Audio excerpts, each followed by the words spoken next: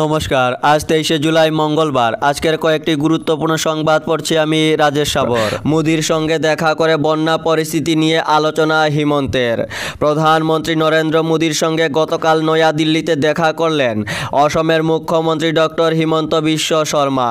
মূলত রাজ্যের বন্যা পরবর্তী পরিস্থিতি ও উন্নয়নের বিষয়ে বিস্তারিত আলোচনা করতেই এদিন প্রধানমন্ত্রীর সঙ্গে দেখা করেন মুখ্যমন্ত্রী। এর পাশাপাশি অসম যেসব সমস্যার সম্মুখীন হচ্ছে এসব সমাধানে গ্রহণ করা পদক্ষেপের বিষয়ে বিস্তারিত আলোচনা করেন প্রধানমন্ত্রীর সঙ্গে।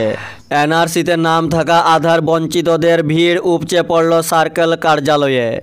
এনআরসির চূড়ান্ত খসড়া তালিকায় যাদের নাম উঠেছে অথচ আধার কার্ড পাচ্ছেন না, তাদের ভিড় উপচে পড়ল শিলচর সার্কেল অফিসে গতকাল।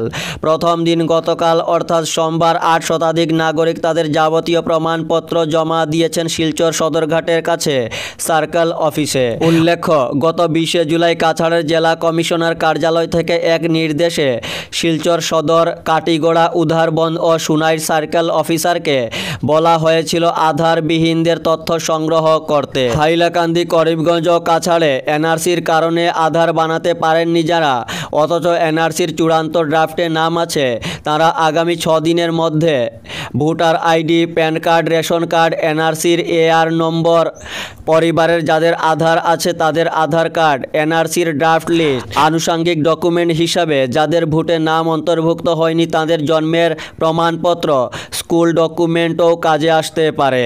এই ডকুমেন্ট সহ সার্কেল অফিসে যোগাযোগ করবেন। এপিএসসির এডিও নিয়োগ কেলেঙ্কারি, নাটকের গুরু রাকেশ পাল সহ 33 জন দোষী সাব্যস্ত।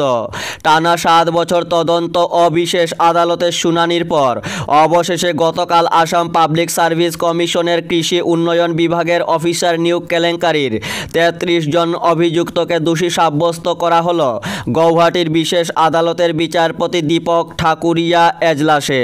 দোষীদের 7 থেকে 10 বছরের কারাদণ্ড হতে পারে। তবে এই মামলায় জড়িয়ে পড়া বাকি 11 জনকে উপযুক্ত প্রমাণ না পাওয়ায় দোষমুক্ত ঘোষণা করলেন বিচারক। কারচুপিতে কৃপানাথ মালার জয়, হাফিজের মামলায় সমন জারি হাইকোর্টের। ভোটে কারচুপি করেই করিমগঞ্জ লোকসভা আসনে জয়ী হয়েছেন বিজেপি প্রার্থী কৃপানাথ মালা। এমন অভিযোগে গৌহাটি হাইকোর্টে দায়ের ইলেকশন পিটিশনের শুনানিতে সাংসদ কৃপানাথ সহ 7 অভিযুক্তের বিরুদ্ধে সমন জারি হয়েছে গতকাল। এই পিটিশন দায়ের করেন করিমগঞ্জ আসনের কংগ্রেস প্রার্থী আইনজীবী হাফিজ রশিদ আহমেদ চৌধুরী। এর নম্বর 1/2024। এদিনে হাইকোর্টের বিচারপতি সঞ্জয় কুমার মেধির আদালতে হয় প্রথম শুনানি। পরে আদালত এক নির্দেশে আগামী 19 আগস্ট পরবর্তীতে শুনানির দিন সমনের জবাব দিতে বলেছে সাংসদ কৃপানাথ সহ অন্য বিবাদীদের। তাদের কাছে ডাকযোগে এবং হাতে হাতে সমন পাঠাতেও 2 দিনের মধ্যেই পদক্ষেপ নিতে বলেছে আদালত। এই মামলায় মূল অভিযুক্ত সাংসদ কৃপানাথ মালা। তার বিরুদ্ধে কংগ্রেস প্রার্থী হাফিজ রশিদ আহমেদ চৌধুরীর অভিযোগ, ভোট প্রচারে জনগণকে নানাভাবে হুমকি ধমকি দেন বিজেপি প্রার্থী কৃপানাথের সমর্থকরা। সেই কাজে অগ্রণী ভূমিকায় বিধায়ক কমলাক্ষ দে পুরকায়স্থ এবং বিধায়ক সিদ্দেক আহমেদ ছিলেন বলে অভিযোগ। প্রার্থী কৃপানাথ সহ বিধায়কদের প্রত্যক্ষ ও পরোক্ষ মদতে ভোটের দিন বুথ দখল, ছাপ্পা ভোট দেওয়া হয় বিভিন্ন কেন্দ্রে বলেও অভিযোগ। টানা 7 বার বাজেট পেশ, আজ রেকর্ডের মুখে নির্মলা সীতারমণ। তৃতীয় মোদী সরকারের প্রথম পূর্ণাঙ্গ বাজেট আজ মঙ্গলবার সংসদে পেশ করতে চলেছেন কেন্দ্রীয় অর্থমন্ত্রী নির্মলা সীতারমণ। এই বাজেট পেশ করার সঙ্গে সঙ্গেই নতুন রেকর্ড গড়বেন নির্মলা। তিনি প্রথম কেন্দ্রীয় অর্থমন্ত্রী যিনি টানা 7 বার বাজেট পেশ করছেন। এর আগে কেন্দ্রীয় অর্থমন্ত্রী হিসাবে মোরারজি দেশাই টানা 6 বার সংসদে বাজেট পেশ করেছিলেন। লোকসভা নির্বাচনের আগে গত 1 ফেব্রুয়ারি প্রথা অনুযায়ী অন্তর্বর্তী বাজেট পেশ করেছিলেন নির্মলা। এনআরসিতে নাম থাকলেও আধার নেই, অমিত শাহর দ্বারস্থ হন মুখ্যমন্ত্রী। নাগরিক পঞ্জিতে নাম অন্তর্ভুক্ত হওয়া সত্ত্বেও আধার নম্বর পাননি। গোটা রাজ্যে এমন লোকদের তথ্য সংগ্রহ শুরু হয়েছে।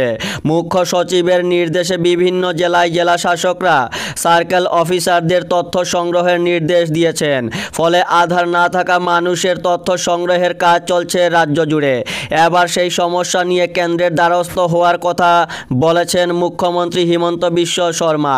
অচিরেই তিনি দিল্লিতে কেন্দ্রীয় স্বরাষ্ট্রমন্ত্রীর সঙ্গে বিষয়টি নিয়ে আলোচনা করার কথা জানিয়েছেন। সরকারি কর্মীরাও যোগ দেবেন আরএসএসে। আরএসএসে সরকারি কর্মীদের যোগদান সম্পর্কিত বিগত 58 বছরের নিষেধাজ্ঞা আংশিক প্রত্যাহার করল কেন্দ্র। এর ফলে কেন্দ্রীয় সরকারি কর্মচারীরাও এবার আরএসএস কার্যকলাপে অংশ নিতে পারবেন।